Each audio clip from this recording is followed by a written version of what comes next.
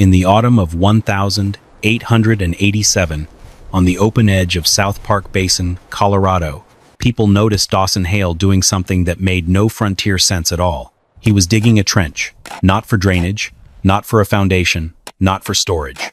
It ran in a straight, deliberate line from the north wall of his cabin to the south side of his barn, 36 feet across exposed ground where the wind never slowed. Riders on the Basin Road began to notice. They pulled back on the reins. They watched. Dawson did not explain himself, worked in a steady rhythm. He cut into the earth, set stone, and began framing something low over the trench, too low to stand tall, too wide to ignore. By the third day, the basin had named it Hale's Burrow. Some called it a mole run. Others said the new man was afraid of winter, that he was building a tunnel so he wouldn't have to walk through a storm to feed his stock. They were wrong, because when the first blizzard of that year came down hard across the basin, wind driving sideways, cold, settling deep into wood and bone, that buried passage would do something no fire, no thicker wall, and no extra cord of wood could manage. It would decide which house held and which one failed. If you've ever wondered why some homes survive brutal winters while others burn twice the wood and still freeze, stay with this story. And if you value the kind of hard-earned knowledge the frontier never wrote down, consider subscribing and let us know where you're watching from. That trench did not come from panic. It came from the kind of knowledge a man picked up only after years of watching weather punish small mistakes. Dawson Hale was in his early 30s. Before coming to South Park Basin, he had worked with grading crews and winter freight teams in the mountain passes, where roadbeds failed without warning, wagon loads shifted on bad ice, and a blocked drainage line could wreck a week's labor in a single night. He knew what wet soil did under weight. He knew how cold moved through timber and stone. Most of all, he knew that wind was never just wind. In the wrong country, at the wrong hour, it became a tool that stripped heat, balance, and time from a man faster than he could replace them. He had not come to the basin looking for novelty. He had come looking for a stop. With him was Mara Hale, his wife, carrying their second child and already moving with the careful economy of a woman who could not afford wasted strength. Their son, Eli, was 6, old enough to ask hard questions, and young enough to sleep hard when he finally got warm. Together they wanted what most families on that frontier wanted: a cabin that held, a barn that stood, enough hay under cover, enough wood stacked high, and one winter that did not leave them weaker than the last. From a distance, the Hale place looked respectable enough. The cabin was small but sound. The barn was stoutly framed. The yard between them was open and workable. To any passing eye, it would have seemed like a place a careful man could manage. And on calm days, that was true. But calm days were never the measure of a homestead in that country. The measure came when the basin opened itself to the north and the wind found the walls. That was when ordinary things began to tell the truth. The basin had already tested that cabin once, and it had not been a gentle lesson. The previous winter had come in hard and stayed longer than expected. Dawson burned through most of what he had cut the summer before pine first, then the lighter aspen stacked behind it. The fire never went out. It only changed size. Still, the warmth inside the cabin never settled into anything a man could trust. It rose for a while, then slipped away again, as if something unseen was pulling it back through the walls. Mara felt it in the mornings before anything else. Her hands would wake before the rest of her, stiff and slow, the fingers refusing to close without effort. She moved carefully, conserving heat the way others conserved flour.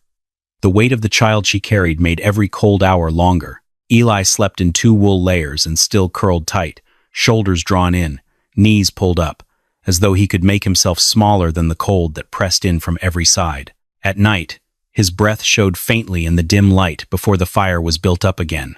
Near the north wall, a metal basin of water would skin over with ice by dawn.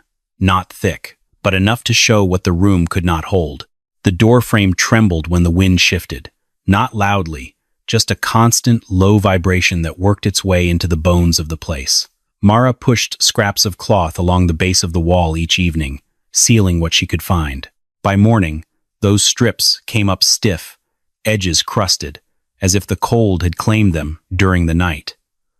Dawson did not complain. He did not speak about the cold as something to endure. He watched it. He noted where it came through, where it lingered, where it struck hardest. It was in those same weeks that Dawson began to see a pattern he could not ignore. After each snowfall, he stepped outside before the sun had done any real work. He looked at the ground first, then at the walls. The south side of the cabin held its snow in uneven ridges. The east and west gathered it in pockets along the corners. But the north side told a different story. It did not collect snow. It lost it. Again and again. It was swept nearly bare, as if something had passed over it with a steady hand and stripped it clean. Dawson stood there longer than comfort allowed, long enough for the cold to push through his coat, long enough to feel that the difference was not only in temperature, it was in motion. The air on that side did not rest. It moved with purpose, pulling at anything that held warmth, never letting it settle. That night, he spoke to Mara, while the fire held steady for a brief stretch. He did not use many words. "The house isn't losing to the cold," he said. "It's losing to the wind." Mara listened without interrupting. She had felt the same thing without naming it. Dawson took a scrap of wood and traced a line with his thumb along its edge. "Still air holds heat," he said. "Moving air takes it." There was no speech after that. No long explanation. The idea did not arrive like a revelation. It settled in the way certain truths do, when they have been present all along, waiting for someone to stop and see them. He did not need a hotter fire. He needed the wind to stop touching the house. Once that thought settled, Dawson did not look at the cabin the same way again. He stood in the yard the next morning and traced the line of the wind with his eyes.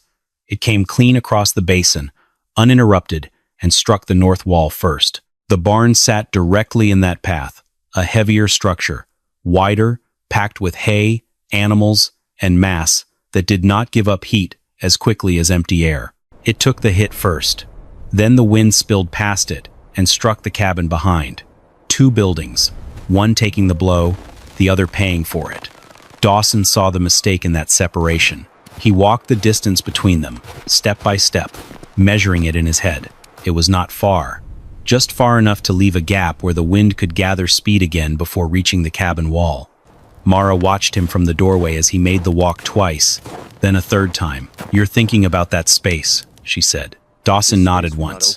"If it wasn't open," he replied, "the wind would break before it got here." He did not speak of adding more fire. He did not speak of thicker walls. He spoke only about what stood between the wind and the house. If the barn could take the first impact, and if the space between the two could be enclosed low, tight, and held still, then that open yard would stop being a corridor for moving air. It would become something else. A pocket, a buffer, a place where air could sit instead of run. That meant building a connection, not above ground where the wind could still reach it, but low and protected, where earth itself could help hold the temperature steady. A covered passage, packed in, sealed from the current. It would let him move between cabin and barn without stepping into the storm. But that was not the real purpose. The real purpose was simpler. If the wind could not touch the north wall, it could not take the heat from it. Once the idea settled into something Dawson could act on, he did not waste time refining it into anything elegant. He gathered what the basin could spare. From a road crew working a broken stretch of track south of the valley, he bought a stack of discarded bridge planks, warped, scarred, but still strong under load. From a scrap pile behind an abandoned blacksmith shed, he hauled away dented sheets of stove, tin, and thin iron, the edges rough but usable once cut and overlapped. Around his own land, he collected basalt rock, dark and dense, the kind that held its shape when set right.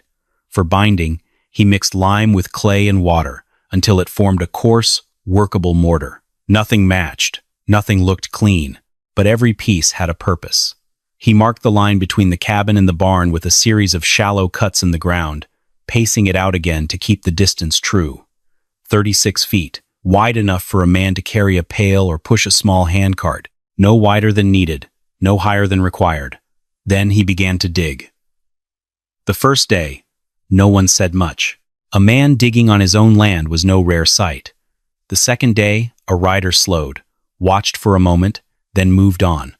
By the third, more than one set of eyes lingered. Dawson's trench was too straight, too deliberate to be mistaken for routine work. By the end of the week, people were stopping outright. They did not ask him what he was building. They did not need to. They watched the line deepen, saw the stones stacked along the edge, the boards laid out in order, the iron sheets waiting to be cut. They saw a shape forming where no sensible structure should be, and the basin gave it a name.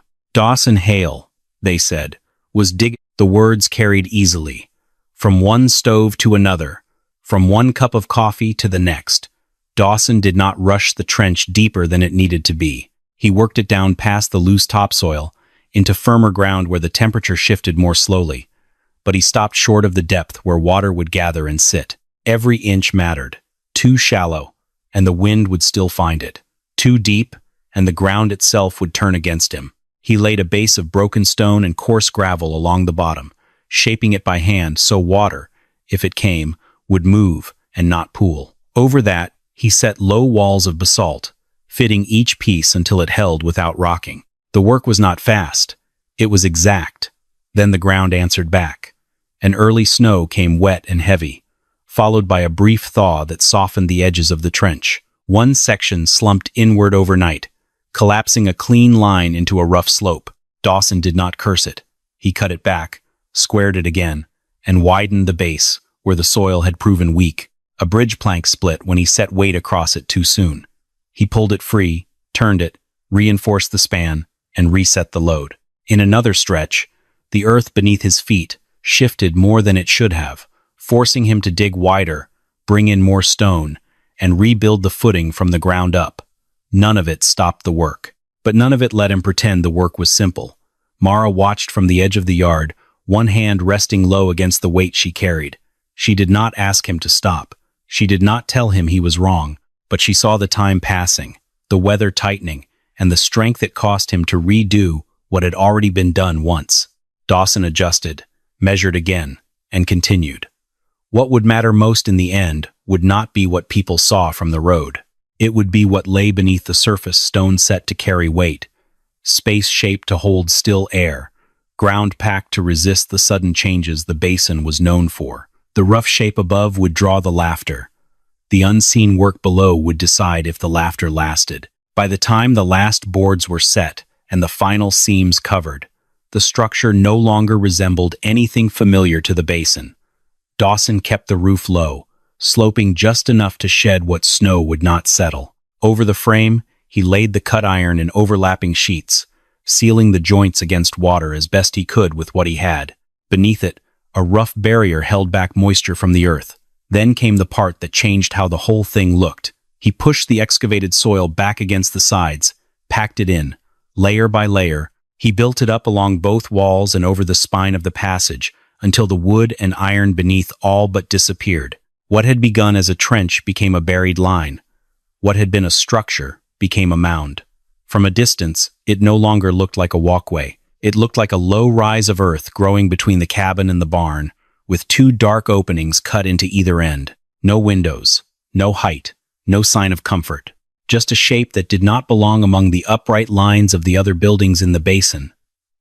Mara stood beside it when the work was done, one arm drawn across her stomach, the other resting against her side. She did not speak. She did not need to. She knew how it would be seen, not as shelter, not as care, but as something strange, maybe even desperate. Dawson did not look at the structure for long.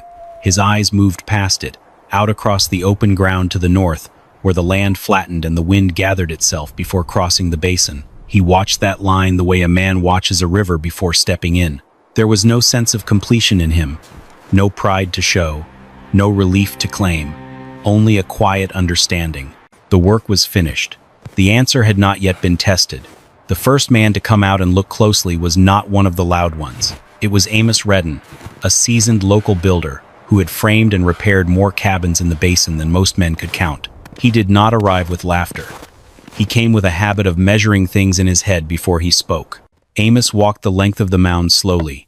He tapped along the edges with the handle of his axe, testing where wood met stone, where iron met frame. He paused at the junction where the buried passage joined the cabin wall. He crouched once, pressed his hand into the packed earth, and held it there a moment longer than necessary.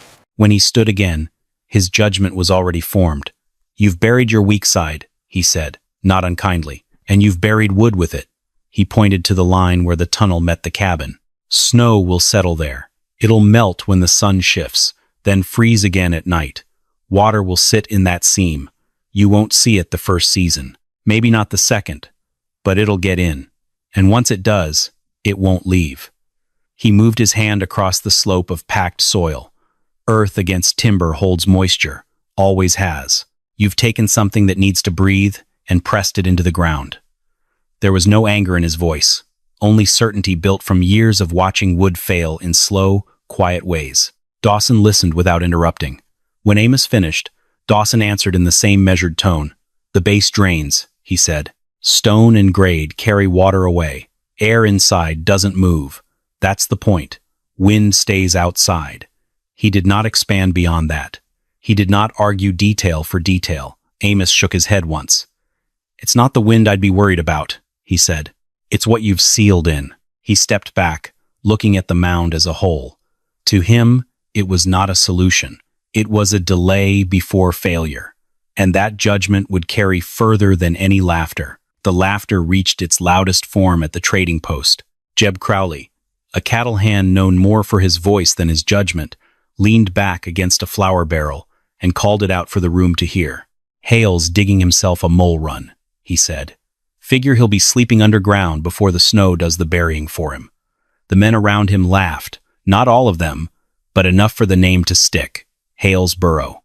It spread the way such things always did, easy to repeat, easy to picture, and easier still to believe when a man's work did not look like anything anyone recognized. But the harder weight did not fall in that room. It settled outside, in the quieter exchanges where voices dropped and eyes lingered too long. Women passing Mara near the well or along the track spoke gently, as if gentleness could soften what they were really saying. They asked if she was managing, if she was warm enough, if she needed anything brought over. Their concern carried a shape she could not mistake. It was the shape of doubt, not in her, but in the man she lived with. Mara answered each question plainly. She did not defend the work. She did not explain it, but she felt the distance grow between her household and the rest of the basin, with every careful word offered in that tone. Wade Mercer, Mara's older brother, a ranch hand who had worked the lower basin for years and knew the weight of reputation in a place where men depended on one another, arrived 2 days later, riding in from the lower end of the valley. He dismounted without comment and walked the line of the mound once before turning to Dawson. He did not laugh.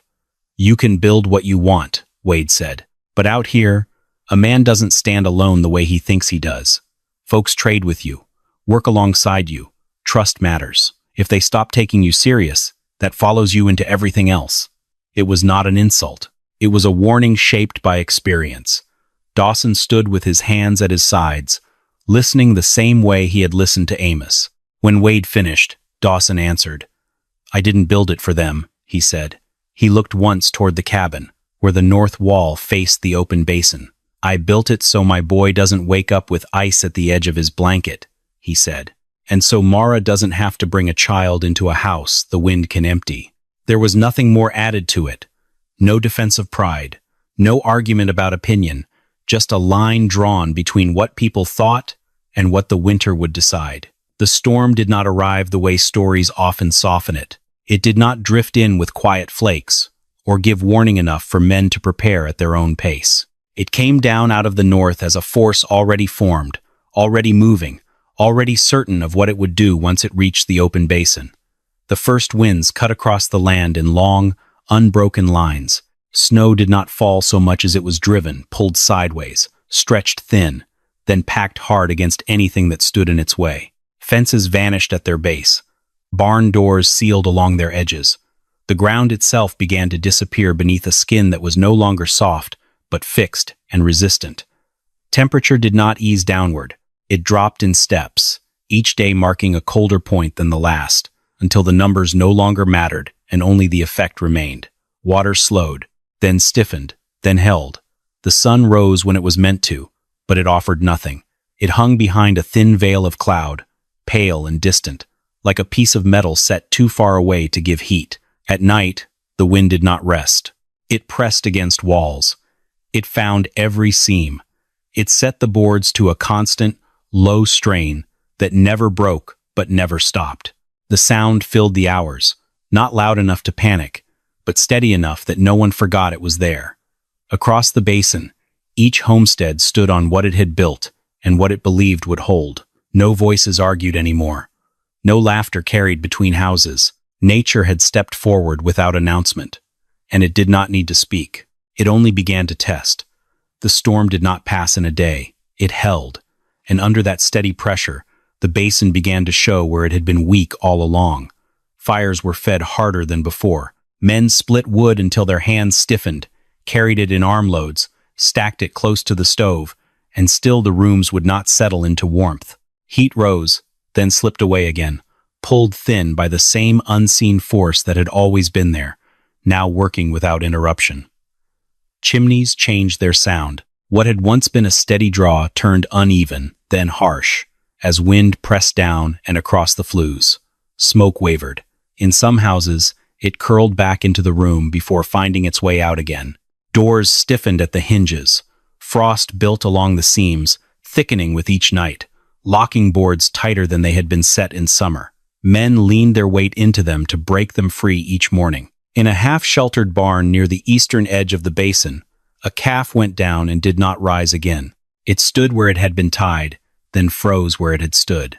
On the western side, a woman pulled her stove closer to the wall than any builder would have advised.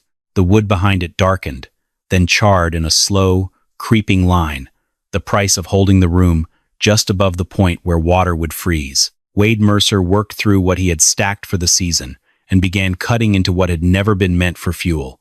Old fence rails, broken posts, anything dry enough to burn. The pile that had once marked the boundary of his land disappeared one length at a time. No one laughed now. There was no space left for it.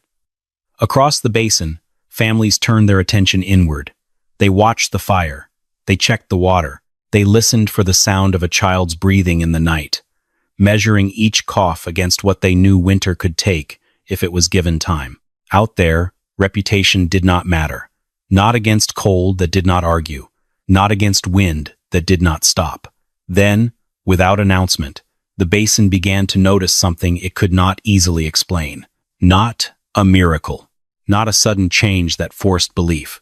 Just a series of small details that did not fit the pattern everyone else was living through. From the road, Dawson Hale's chimney did not behave the same way as the others.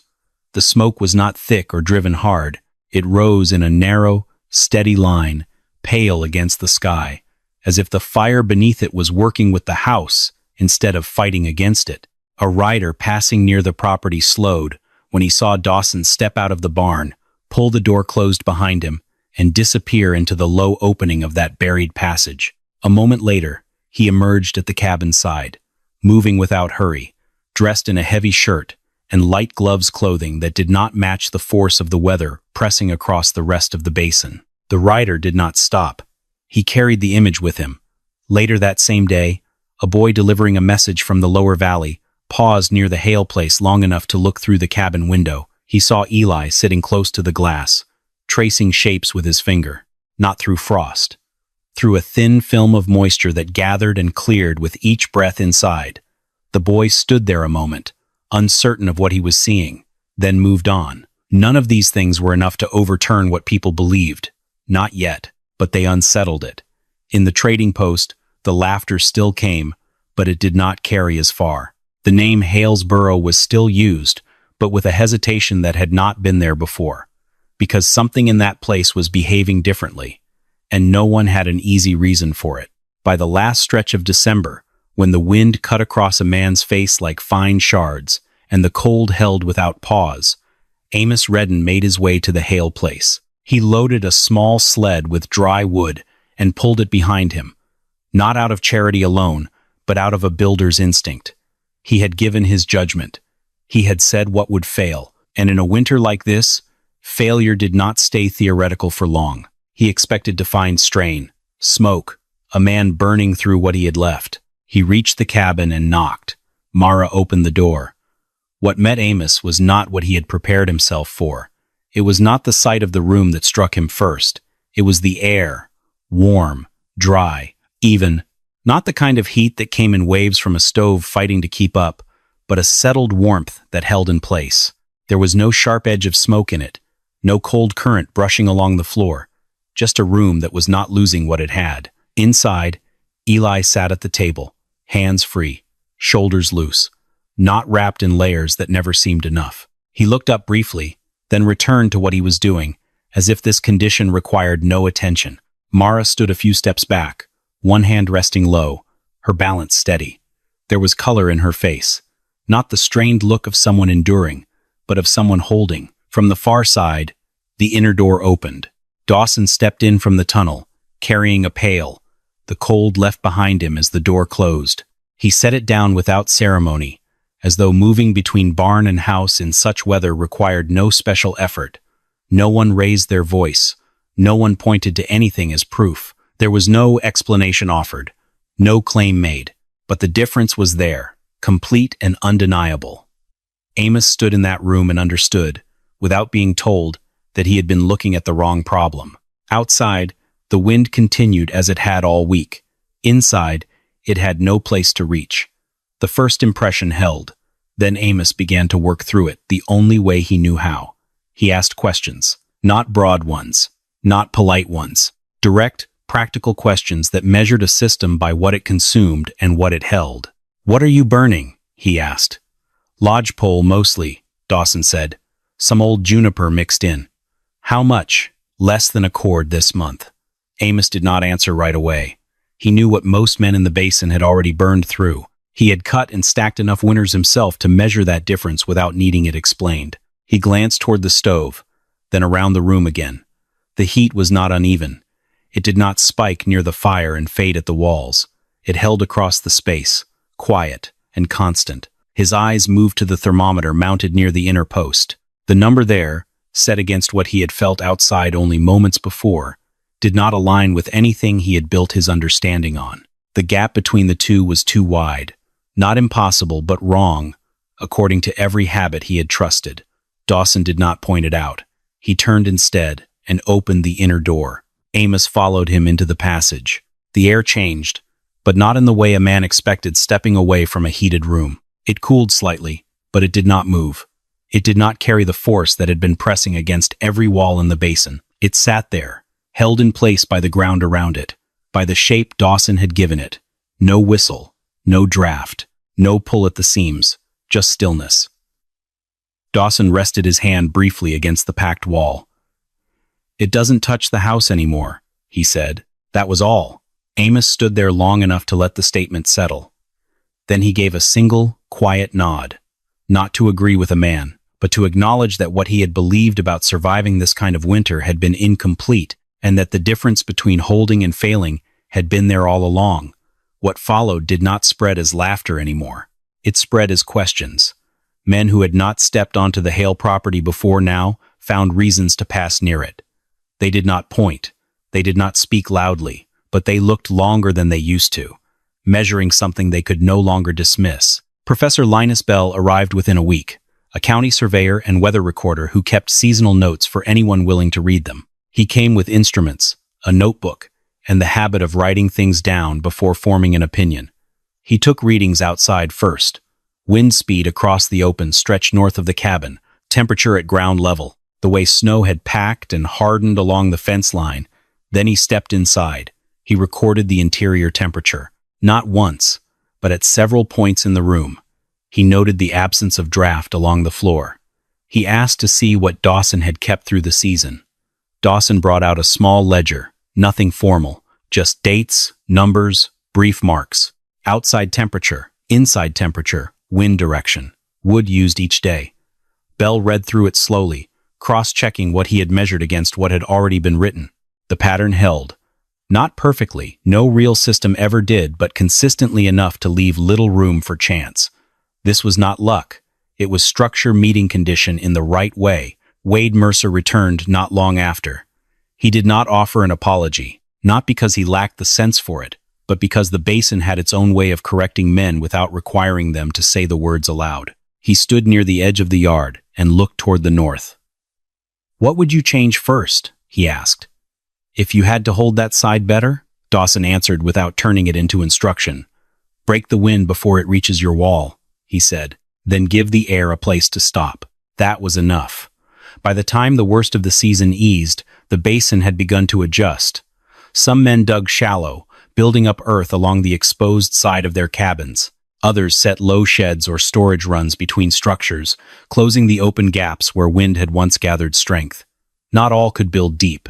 Not all had the same ground or time. But the idea moved through the valley in forms that fit each place.